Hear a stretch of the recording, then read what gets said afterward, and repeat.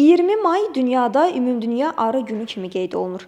Birləşmiş Millətlər Təşkilatının Baş Assambleyası bu qərarı 2017-ci ildə qəbul edib. Məqsəd isə sadə, amma çox mühümdür. Arıların və digər tozlandırıcıların ekosistem və insan sağlamlığı üçün əvəzolunmaz rolunu xatırlatmaq və bu sahədəki çağırışlara diqqət çəkməkdir.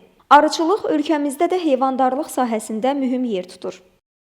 Ölkəmizdə Cənubi Qafqazda mövcud olan bütün nektarlı bitkilərin böyük əksəriyyəti, təqribən 70%-ə yaxını yerləşir. Eyni zamanda ənənəvi olaraq ölkəmizdə arıçılıq təcrübəsi mövcuddur.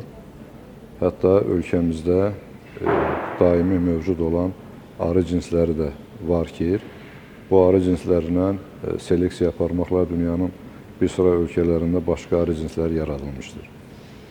Arıçılıq istehsalı həm əhalinin məşğulluğunun təmin olunması baxımından, həm mövcud təbii resurslardan maksimal dərəcədə effektli istifadə etməsi baxımından xüsusi əhəmiyyət kəsb edir. Ölkəmizdə arıçılığın inkişafı istiqamətində son illər bir sıra addımlar atılıb. Qida Təhlükəsizliyi Agentliyi tərəfindən arıçılıq təsərrüfatlarında sağlamlaşdırıcı tədbirlər mütəmadi olaraq həyata keçirilir. Qida Təhlükəsizliyi Agentliyi tərəfindən öz səlahiyyətləri daxilində arıçılığın inkişaf elətdirilməsi, onun xəstəliklərdən qorunması, istehsal olunan məhsulun təhlükəsizliyinin təmin olunması, istehsal olan məhsulların ixrac potensialını və coğrafiyasının genişləndirilməsi istiqamətində işlər aparır. Qeyd eləyək ki, hazırda Azərbaycandan Yaponiya və Körfəz ölkələrinə, eyni zamanda başqa ərəb ölkələrinə bal ixracı həyata keçirilir.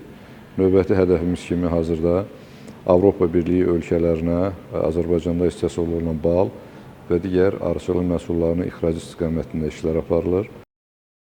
2024-cü ildə Respublikanın 52 şəhər və rayonuna aid 151 kənd və qəsəbəsində 563 arıçılıq təsərrüfatında mövcud olan 11540 arı ailəsindən götürülmüş nümunələrin müayinəsi nəticəsində xəstəlik və xəstəliyə dair şübhəli hallar aşkarlanmayıb. 2025-ci ilin fevral-aprel ayları ərzində isə aparılan monitorinqlər zamanı Gəncə Daşkəsən iqtisadi rayonunda 55 nümunədə, Şəki-Zaqatala iqtisadi rayonunda isə 14 nümunədə parazitar xəstəliyi olan nozematoz xəstəliyinin törədicisine rast gəlinib. Monitorinqlər çərçivəsində təsərrüfat sahiblərinə aidiyyəti təlimatlar verilib, baytarlıq norma və qaydalarına əməl olunması üçün məqsədyönlü maarifləndirmə təbliğat tədbirləri həyata keçirilib.